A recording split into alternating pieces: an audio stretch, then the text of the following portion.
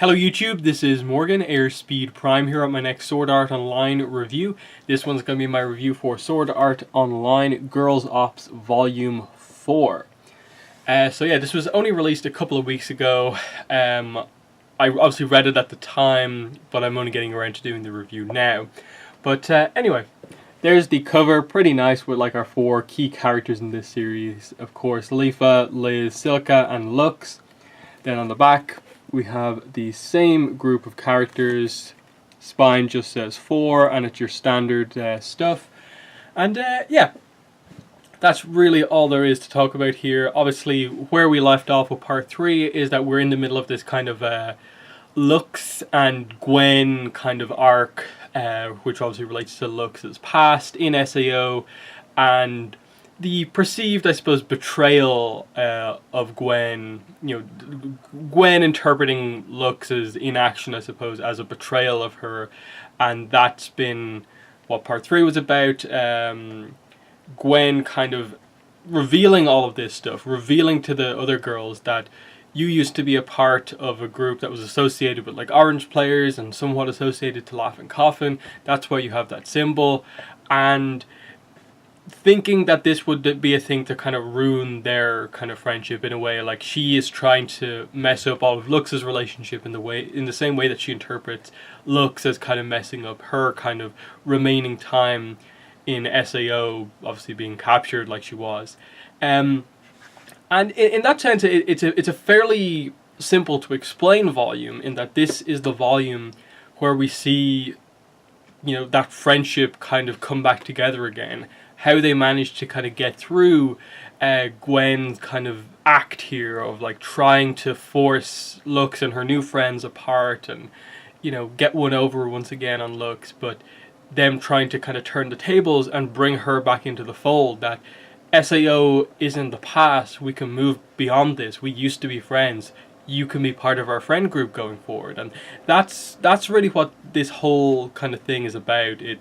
They go out on a mission basically to try and stop her. There's a slight mystery for the first half of trying to figure out how exactly she and her group is going about dispelling magic. That's been the big thing in terms of why she's been able to like evade capture for so long, that she's been able to dispel really high level magic users from using their magic, and no one really knows why.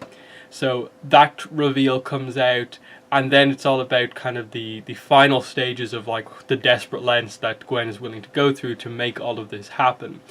It's one of those ones where like I could go through this like page by page and kind of try and analyze it completely, but I think the overall result of this is just all these little scenes coming together and seeing this kind of friendship reunite. I think overall it was well done. It wasn't like anything particularly mind-blowing how these two characters become friends again, but they do the right things over the course of this, of using the fact that Lux has her new friends and they've inspired her to kind of become a better person, and she wants to, in the same way that the girls kind of put themselves out there to get Lux on their side despite everything that's happened, Lux now wants to do the same for Gwen. And there are times when she's on her own, is trying to get this across to Gwen. The girls come in to back her up.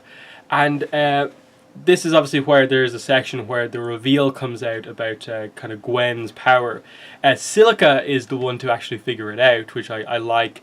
We get a little bit kind of moment where she says, I think I figured it out. And then we get a slight flashback to Silica's time with Kirito from Aincrad. And basically some of the little things about kind of theories of the game that kind of Kirito had about how you can sort of combine like mechanics together. He talks about how, these items must be combustible. I have the throwing skills, so if I put those together, I effectively make a kind of like fireball attack, and it sort of works. And Silica in ALO, where the sword skill kind of idea is much more open, kind of applies that to what Gwen is doing, because Silica's been analyzing the fight and seeing what exactly Gwen does every time she dispels someone's magic.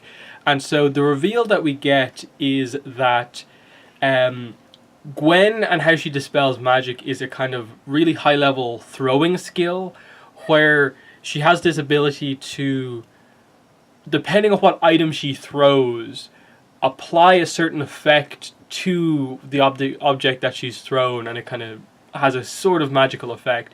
And the idea here is that what she throws is these pieces of special silver that's kind of magic resistant, that you'd usually use to kind of upgrade armor to make it more magic resistant, but she throws kind of shards of this.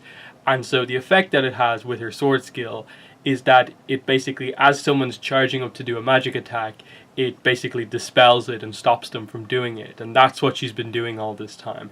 Because she has all these ninja skills, of course she's an expert at throwing, so she hits it every single time.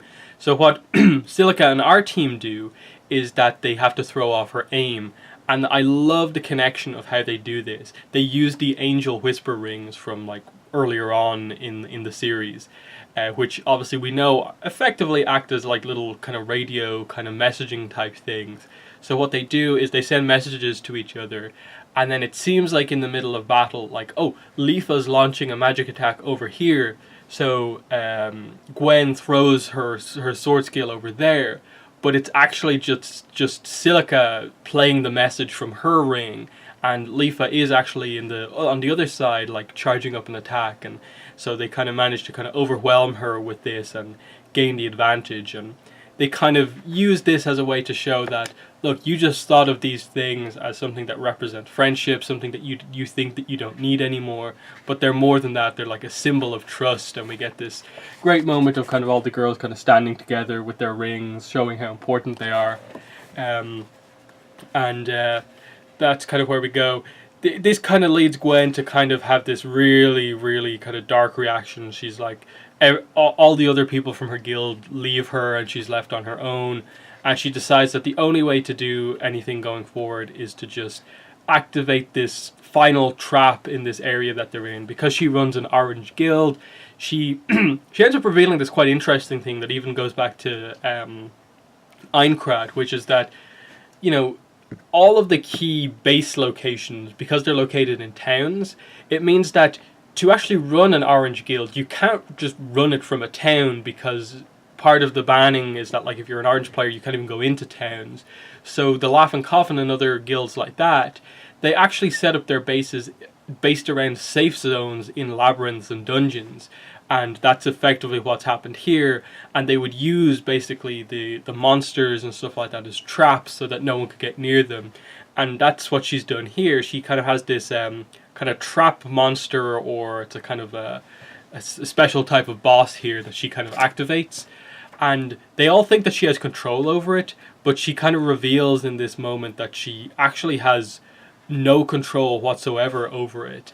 And she takes a really big hit here, that she's this desperate to kind of get one over on looks that she's willing to get herself killed by a boss. And it's what happens from here is that the girls kind of really step up to defend her, and it's meant to be this big show of, we don't care if the penalty for dying is not a dying in real life in this game. We still want to protect you here, to kind of show you what being friends actually means. And so they kind of defend her from the boss. And even though they say that the boss here is effectively like the level of a raid boss, that this group shouldn't be able to do anything to it, they manage to kind of defend and hold their own. They're not really doing much damage to it, but they end up holding it off and kind of keeping Gwen, you know, safe for the time being. And what happens is that they eventually manage to, you know, convince kind of Gwen to the point where she steps up to fight with the other girls. She uses her sword skill to basically dispel one of the boss's attacks, and they're still overwhelmed. And this is when it's revealed that the girls had actually called for backup, and Sinon arrives, and she's brought someone else with her, and it's Kirito. So probably the two of the most powerful members of just this overall, you know, friend group, this kind of guild that isn't really a guild, it's just this group of friends, arrive on the scene here. And Kirito just immediately arrives and is acting all like cool. Similarly with Sinon, they're they immediately kind of turn the tables in the battle. But I like the effect that he has here of just everyone's shocked to see him there. But Gwen, I think, is the most shocked because she's like, Kirito, the black swordsman of Aincrad, the hero of SAO. She notices the two swords and so on, and she, obviously as someone who was freed by him, basically his actions, sees him as a hero as well, and is surprised to see all of these girls having this connection to Kirito. So that's a really cool effect. And he arrives in and is basically, look, me and Sinon will handle the boss. You girls have something much more important to do. And what they do is they take Gwen out, because obviously she's injured, and they leave Kirito and Sinon to handle the boss on their own, kind of knowing that it is more of a kind of, they're in a way sacrificing, they're probably going to be killed at some point in this fight. But they're doing this for the sake of their friends, and the fact that two such high-level players, I suppose, are willing to do this, once again, is another thing that shows Gwen just what friendship really is at this point. That she maybe did misinterpret the betrayal back then, even though Lux, I think, throughout this whole thing, constantly admits that she was wrong, she probably should have jumped to her aid, but that really Lux didn't do anything massively wrong, that they were both kind of at fault for being part of these orange guilds, even if it was only in minor ways. But she kind of ends up healing them, getting rid of certain status effects that are on them, and they do note about the connection to Kirito, the same Kirito-san who liberated Aincrad, and she leaves, and it's this kind of sad ending of like, oh, she's logged out, and then she probably isn't going to come back at any point. And we come back to the girls kind of in real life, and they're talking about this, and their whole thing was obviously to try and get Gwen to join them as a friend, and in a similar way to the way Lux did. But it doesn't look like it's particularly positive. Lux is still happy that she has her current group of friends, but she does wish that the others had kind of come with her. But when she goes out at the park, she does encounter Gwen in real life, and this is probably like the key section. It's just the discussion that they have here. You get a lot of references to their dynamic back in Aincrad. You get the moment where I think Lux sneakily manages to put a sweet in Gwen's mouth, and that's meant to be a reference to something that I think Gwen did in one of the previous volumes. And it's just this idea that they have a little bit of an argument, they discuss everything, and eventually, this is where they all, come back together. And, she's just like, you need to learn when to pull back. How selfish can one person possibly be? And Lux is like, yeah, it is a little selfish too, don't you think? And they kind of both come together and just like, yeah, we don't really have a problem with being selfish here. And they kind of properly introduce themselves to each other in real life here. We find out that Gwen's real name is Meimi Surusaki, Meimi, and of course Lux, we know, is Hiyori Kashiwazaka. And that's them kind of back together as friends. The aftermath is that the battle and stuff like that is that we find out that Sinon and Kirito lost, and in the process lost a lot of rare gear, but they have plans to go back with a full group to actually defeat the boss, and they're going to bring all the girls like Lux and so on is going to come as well, and that's everything that's going to happen.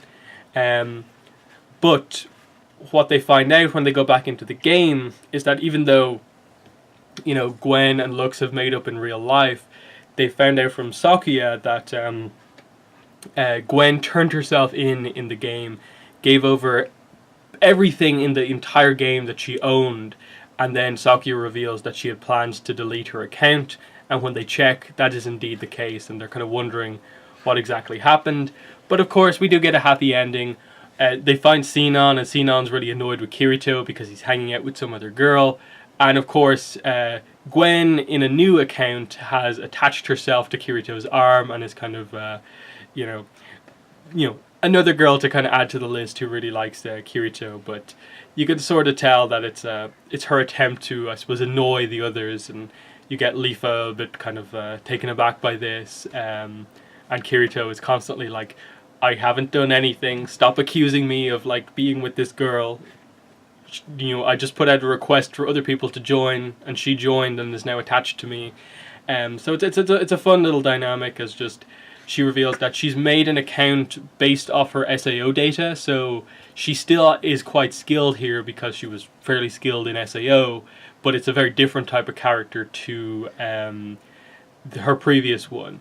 But that's interesting that they're all together going forward. They seem to, at the end, the last page, say, okay, let's go beat that boss. So I'm kind of wondering, is that just a fun ending, that like they're going to go off and do something together, or are they directly setting up that Volume 5 will feature that boss fight, or what? But anyway, that arc is over, and overall I quite liked it. I think going forward in Girls Ops, what I'd appreciate is if maybe some of the more established characters got a little bit more chance to shine. Because so far it has been very, very heavily about looks, and now specifically Gwen, two new characters. I'd really appreciated it if they gave like an arc to like Lifa, an arc to Liz, Silica, even Xenon, if you kind of brought her back into things. I get why you feel you can do much more with Lux and Gwen as two new characters who aren't going to be covered anywhere else, but I still feel that like you're kind of very much selling this on the fact that some of the other minor characters are going to get a chance to kind of shine. Use them a bit more. Silica so far has kind of been the standout, but Liz and Lifa, you know, apart from just being there, you know, being themselves, the good characters that they are, they haven't really had a big reason focus so far in the manga. So I hope that's something they focus on going forward. I'd like to see that boss fight if, you know, we really do get to see everyone fight. It'd be cool. It's always cool to see another big raid boss fight, to see who gets involved. But yeah, very, very interested to see where they go with this going forward. It's always good to get to see more kind of ALO kind of action going on here. And there's been some surprisingly good, you know, just flashbacks to Aincrad every so often, which I do really appreciate that they do that. And yeah, that's more or less kind of all I have to say here. I do like a lot of just what they're doing kind of going forward. But yeah, that's pretty much it. I'll be back obviously later on in the month with other Sword Art Online reviews. I have the art book coming soon in the next couple of days. I'll be reviewing that. The first volume of Gun Gale, Alternative Gun Gale Online, which is going to get an anime next year. That first one in English is coming. I'll review that. And then towards the end of the month, Volume 12 of the light novels is coming out. The next Alicization, I'll also be reviewing that as well. So there's a good few things coming out.